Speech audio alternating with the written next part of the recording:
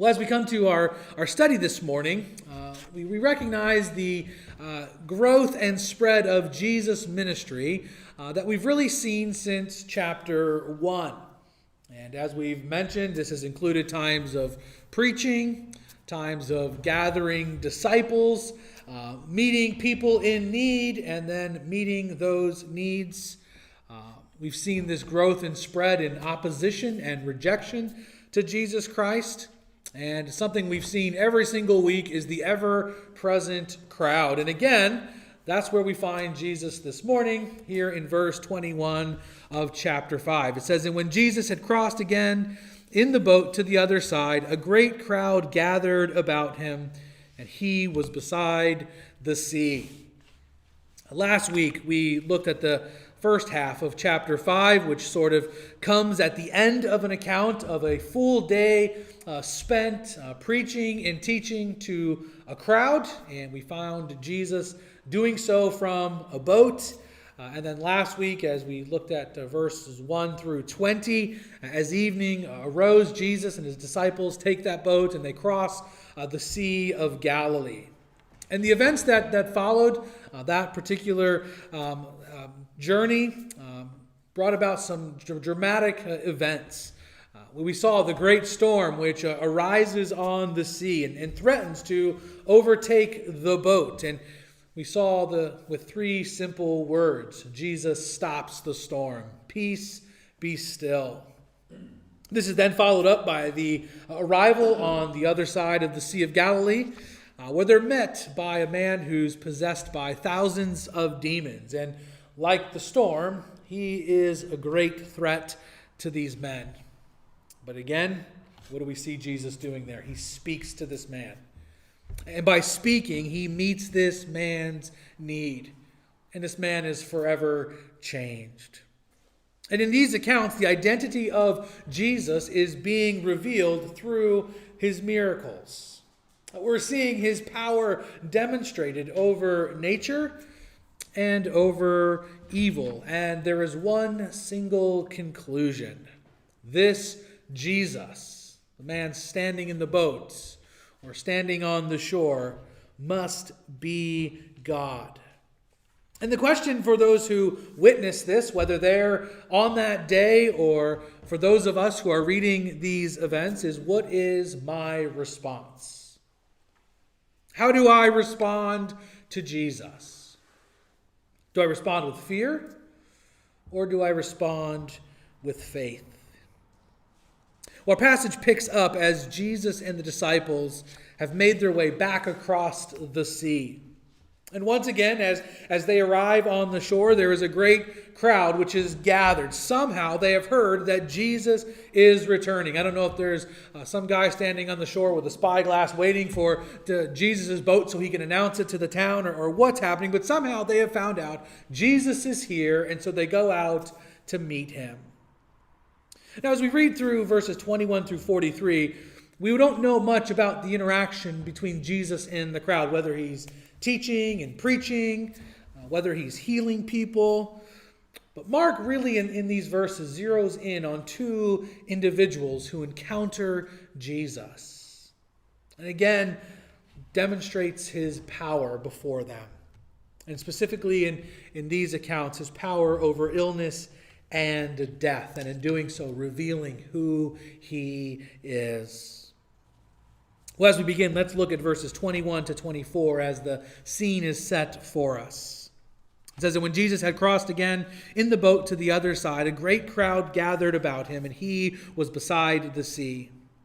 Then came one of the rulers of the synagogue, Jairus by name, and seeing him, he fell at his feet and implored him earnestly, saying, "My little daughter is at the point of death. Come and lay your hands on her so that she may be made well and live."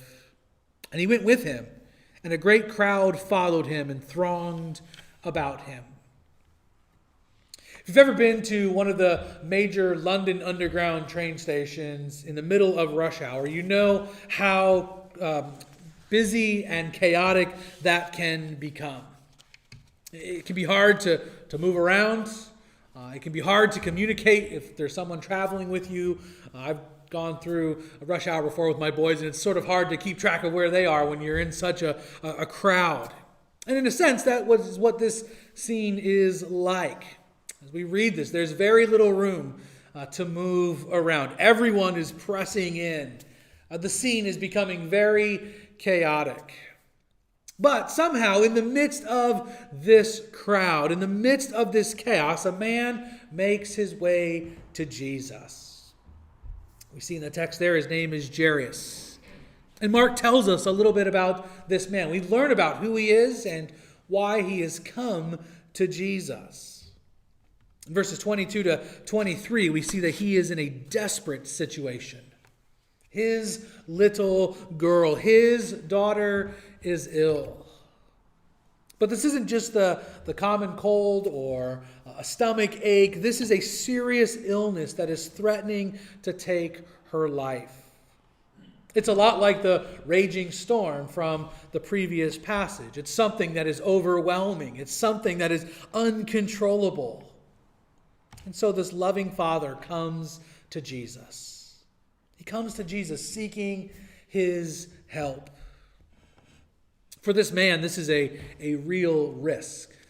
He's taking a great risk in coming to Jesus. The text tells us that he is a ruler in the synagogue. Each synagogue in that day had a group of well-respected men who sort of acted as caretakers and administrators. They would do things like handle the scrolls. They would care for the building. They would organize and run its events and services. As a ruler in the synagogue, he would have worked closely with the other religious leaders, men that we've already met, the scribes and the Pharisees, and he would have been well aware of their response to Jesus. If we remember back in chapter 3, verse 6, these rulers, these leaders, were seeking to destroy Jesus. And so this man, Jairus, a ruler in the synagogue, it would have been expected of him to respond to Jesus in the same way. But what do we see here in this text? We see his trust and his faith in Jesus. Having spent time in the synagogue, he probably heard Jesus speak, if we remember from early on in our study in Mark. These authoritative words which have not really seemed to have been spoken before. He probably would have seen Jesus casting out demons and healing people. And so when this situation arises with his daughter, he knew exactly who he was going to seek out. In spite of the risk, he was going to go to Jesus. And his faith is seen in not only coming to Jesus, but what he does as he meets Jesus. What do we see him doing there in the text? He falls down at the feet of Jesus. There is reverence. This simple act is displaying the realization that he is unworthy, that he is in need of Jesus. And he trusts that Jesus can heal his daughter.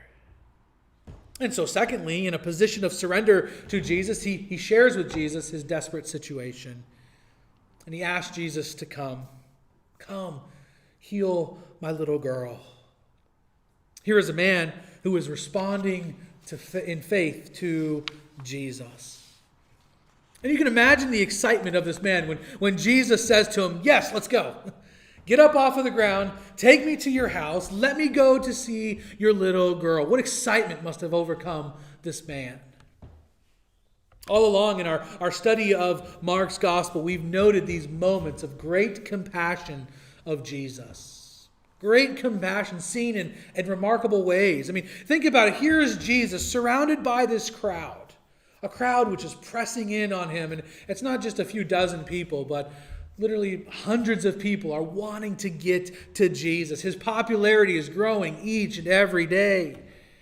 It would have been easy for him to focus on the masses, to see the benefits of having this growing following. But we see in the text that Jesus is accessible. He's accessible to this individual in need. He's willing to stop what he is doing and meet the need of this individual, this man. It's a wonderful truth that Jesus is not distant. There is no queue that we have to wait in to get to Jesus. He is willing to give of himself. He's willing because he has the heart of God. And so in verse 24, we see that they make their way to Jairus' home. But as we come to the next verse, we find an interruption. An interruption that delays this journey.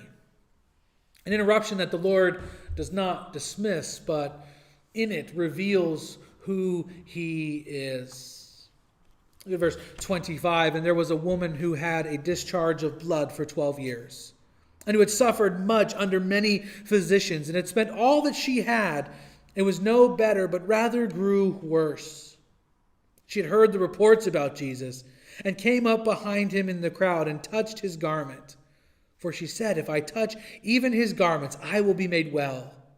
And immediately the flow of blood dried up, and she felt in her body that she was healed of her disease. And Jesus, perceiving in himself that power had gone out from him, immediately turned about in the crowd and said, who touched my garments? His disciples said to him, you see the crowd pressing around you, and yet you say, who touched me? And he looked around to see who had done it, but the woman, knowing what had happened to her, came in fear and trembling, fell before him, and told him the whole truth. And he said to her, daughter, your faith has made you well. Go in peace and be healed of your disease. As Jesus, Jairus, the disciples make their way, as they're followed by this great crowd, which again is making it very difficult to get anywhere. And again, if you think about Jairus, he's probably a mix of emotions here, right? Probably excited that Jesus is going to his house, but he's probably a little frustrated that the crowd won't get out of the way, right? It's slow going, but hey, I guess at least we're moving in the right direction. And sort of out of nowhere, Jesus stops. Jesus stops this journey. And it's here that we meet this second person who encounters Jesus, an unnamed woman. And like Jairus, Mark tells a little bit about her. He shares why she has come to Jesus. And just like Jairus, we see that she is in desperate need. She's been ill for 12 years. And Mark explains how this has affected her, how it's left her. She has suffered much of her life. All kinds of treatments have been tried to stop her bleeding, but nothing has worked. Not only have the treatments not worked, but the process of these treatments have themselves been uncomfortable. She's suffered because of them. She's also left penniless. She has spent all she had, but nothing has paid off. This woman is poor and suffering because of her illness. But as we think about who she is and her condition and her situation, this is only the beginning of her suffering. For she's not only affected physically and financially, but also socially and religiously or spiritually. In her condition, she would have been considered ceremonially unclean. This meant that she was not able to enter into the temple or to the synagogue to worship. And so for 12 years, she was kept on the outside. She was not welcome to worship with others. She was kept at a distance, away from the center of social and religious life.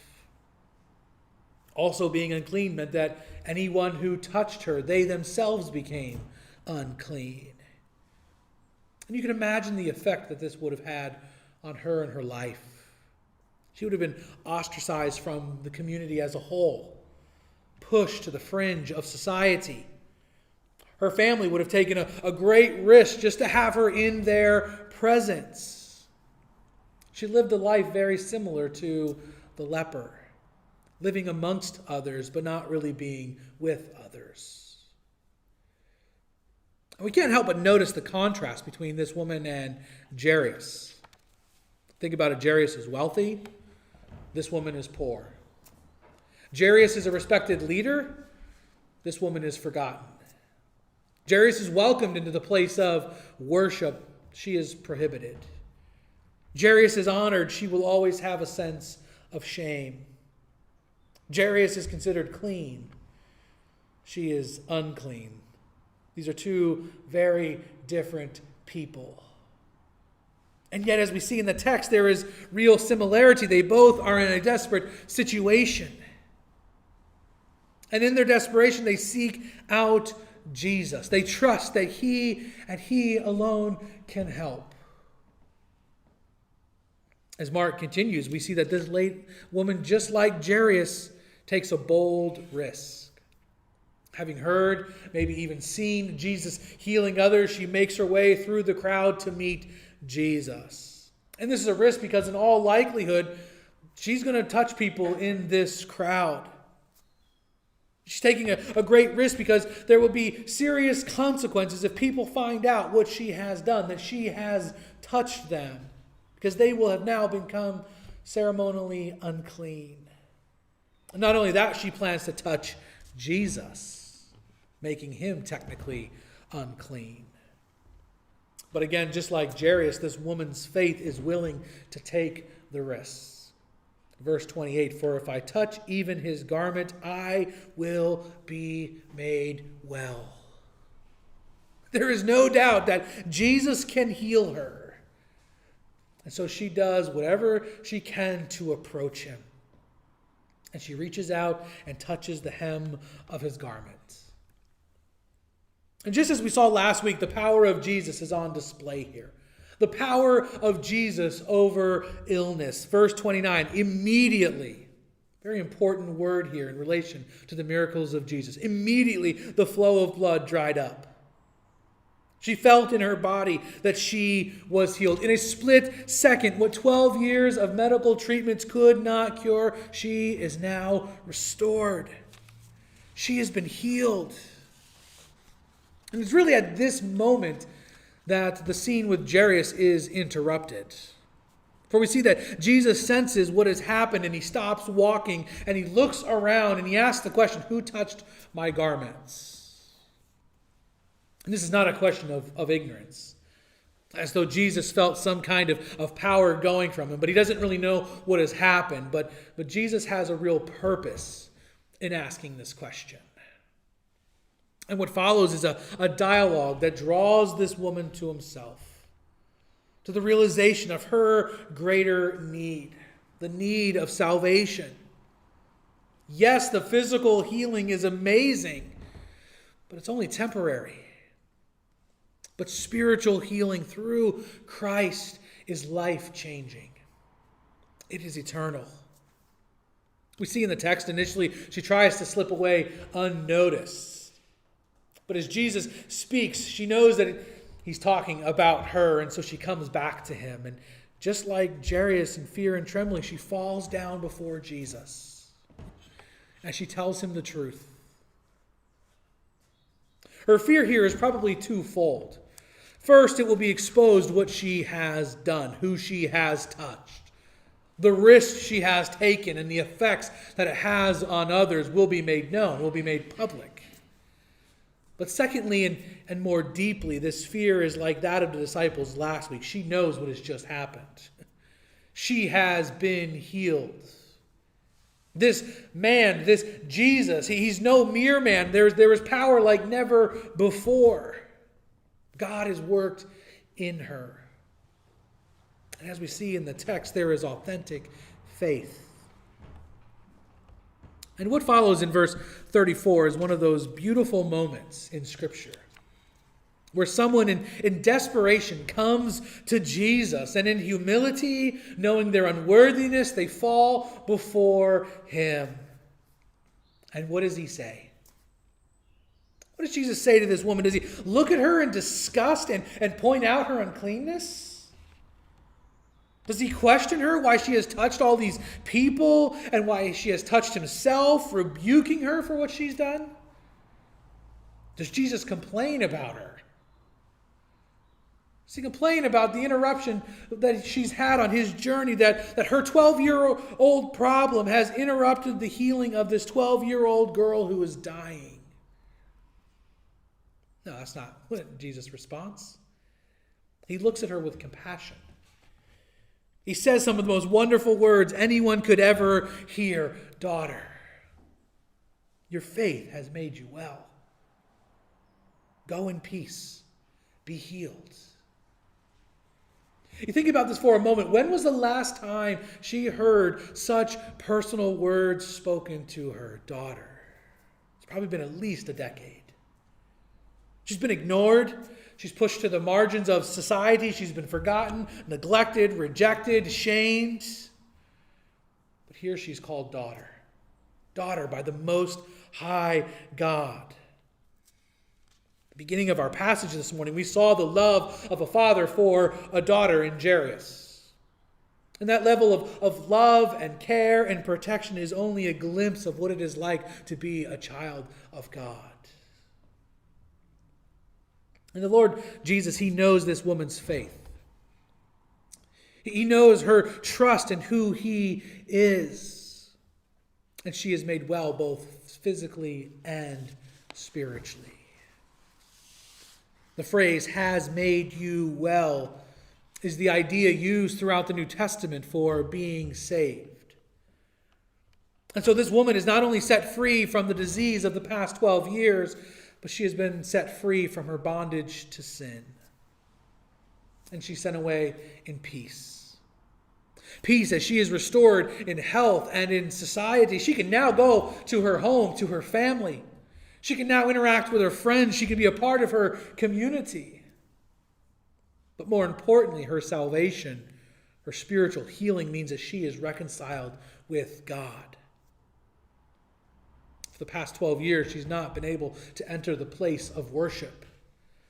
But now there is close and personal relationship with God. I'm going to read a paragraph from Dane Ortland's book, Gentle and Lowly. I think I've read this passage before, but it's so helpful. It's a wonderful picture of what is happening here in this encounter between Jesus and this woman. He writes, consider Jesus. Consider Jesus in Levitical categories. He's the cleanest person to ever walk the face of the earth. He is the clean one. We cannot fathom the sheer purity, holiness, cleanness of his mind and heart, the simplicity, the innocence, the loveliness. But what did he do when he saw the unclean? What was his first impulse when he came across prostitutes and lepers, demon-possessed men, and this woman? He moved towards them. Pity flooded his heart, the longing of true compassion. He spent time with them. He touched them. And then listen to this. And when Jesus, the clean one, touched the unclean sinner, Christ did not become unclean. No, the unclean sinner became clean. And that's what we are seeing happening here. Yes, Jesus powerfully displays who he is. His deity. He has absolute authority over illness and disease. But we're also seeing the heart of God. A love and compassion for unclean, unworthy sinners. This is quite an account. It's quite an encounter. And you can almost get lost in this. That the depths of what we learn about Jesus are like the oceans here. We could spend hours looking at this text. But the next verse 35, brings us back to what is going on. Again, we have to remember Jesus at this point is surrounded by a crowd. He was making his way to the house of Jairus before this interruption happens. And we don't know what Jairus is thinking at this point. We can probably all imagine that he wanted to get going, right? He wanted this little scene to end. He wanted to get to his house. We're not told, but in verse 35, we are told that Jairus hears news that he has been fearing. While he was still speaking, there came from the ruler's house some who said, "Your daughter is dead. Why trouble the teacher any further?" Jairus' desperate situation has become devastating. I'm not told how he responds to this news, but we can feel the heartache. We can feel the overwhelming sadness and grief. His little girl has died. What we do see in the text is the pricks of doubt as those who deliver this news to this man suggest that he stop troubling Jesus. They feel that Jairus has wasted his time with Jesus, that the situation both was and is hopeless. There's a lack of trust in the power and authority of Jesus. So verse 36, overhearing what they said, Jesus said to the ruler of the synagogue, "Do not fear, only believe." Do not fear. Jesus knows Jairus will be tempted to doubt. He will be tempted to give in to the sense of hopelessness, and so he speaks directly to his fears. And he reassures Jairus that he is not disinterested, that he's not unable to meet his need, that even in the way that this situation has evolved, it is not over. He calls Jairus to trust him, just as Jairus came to him in the first place. And here again we see the compassion and personal nature of Jesus Christ. Verse 37, "And he allowed no one to follow him except Peter and James and John, the brother of James. They came to the house of the ruler of the synagogue, and Jesus saw a commotion, people weeping and wailing loudly. And when he had entered, he said to them, 'Why are you making a commotion and weeping? The child is not dead, but sleeping.' And they laughed at him, but he put them all outside and took the child's father and mother and those who were with him and went in where the child was." Jesus begins by sending the crowd away, even some of his own disciples. He's really going to focus in on the need of this hurting father and this hurting family. He knows that they don't need the frenzy of the crowd there. So he makes his way to the house, and as they arrive to Jairus' home, they find another crowd. This time the crowd is mourning and crying, weeping. The funeral has already begun. Funerals in that day and in that culture were not a quiet, somber event like we're familiar with, but full of weeping and wailing, and as the text says, commotion, dramatic displays of sorrow. And that is what has filled this house. And Jesus speaks into this. And as he does, he essentially brings the funeral to a halt. He asks, "Why are you making a commotion and weeping? The child is not dead, but asleep." And for these mourners, some of them who would be professional mourners, this was their job. This is a shocking question and a ridiculous statement.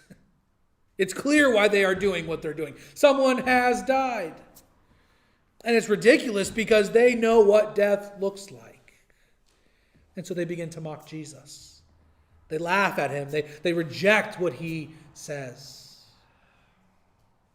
But the Lord's not ignorant here. Just like with the question, "Who touched my garment?" there is purpose. He is well aware of the girl's death.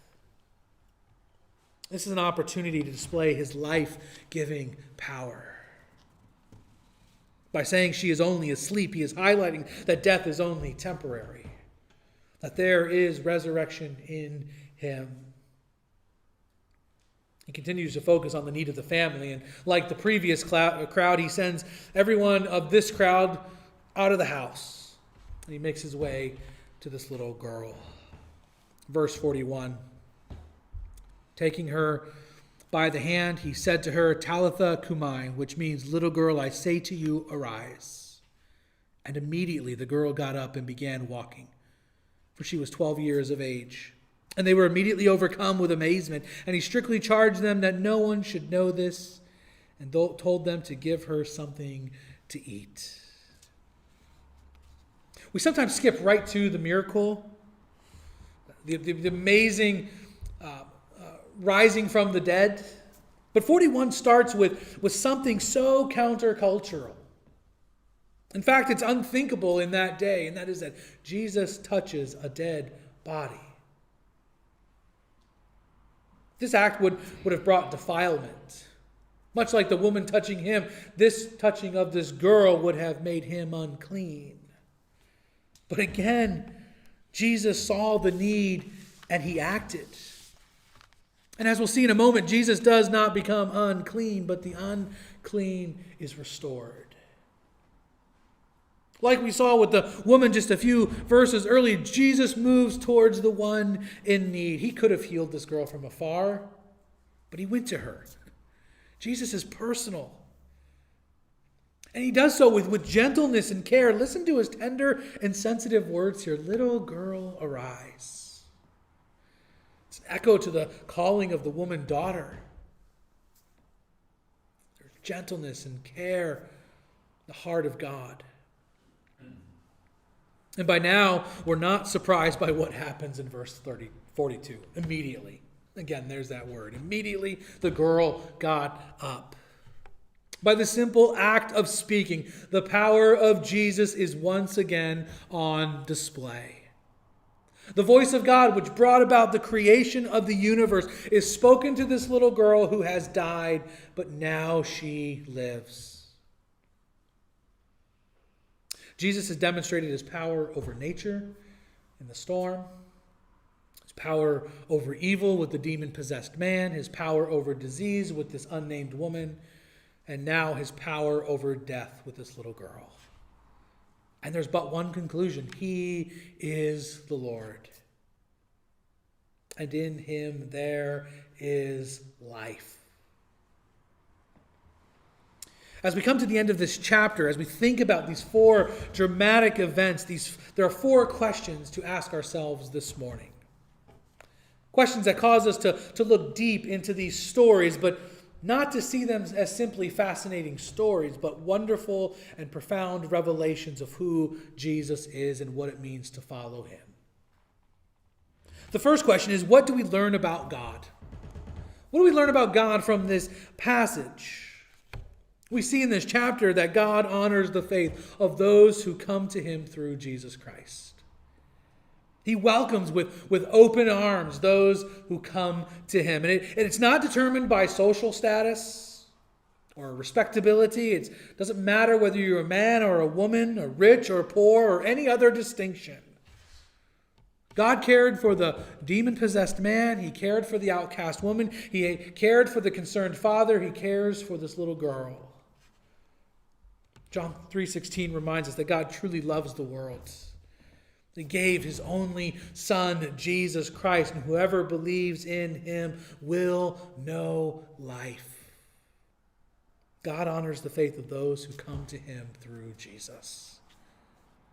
Secondly, what do we learn about mankind? What do we learn about ourselves? And there's so much we could discuss here. We learn that we are sinners and that we live in a sinful world. This is seen in the response of fear throughout these two passages, which cause one to turn from God, to reject his truth, to turn inward, to push his presence away.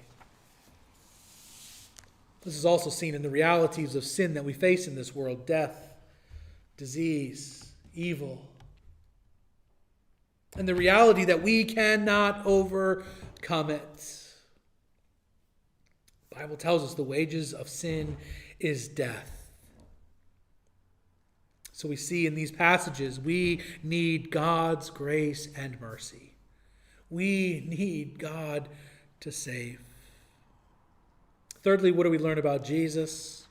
Again, we could spend hours here, but we've noted two things throughout these accounts: his absolute love and care for the hurting, and his absolute power and authority over sin. He is with people, he touches people, he meets people, he heals, and he gives life.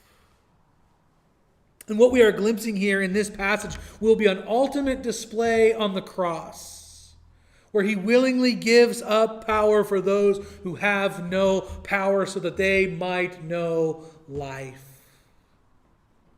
And then, in the most ultimate way of showing his power and authority, he rises from the dead.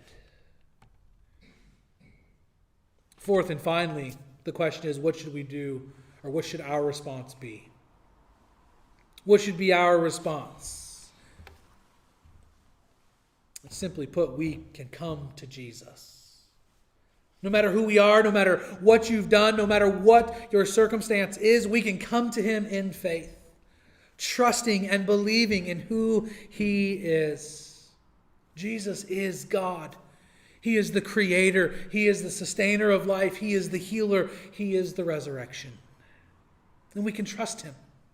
Whatever is going on in your life, whatever you are facing, whatever you've done in the past, you can come to Jesus and know life.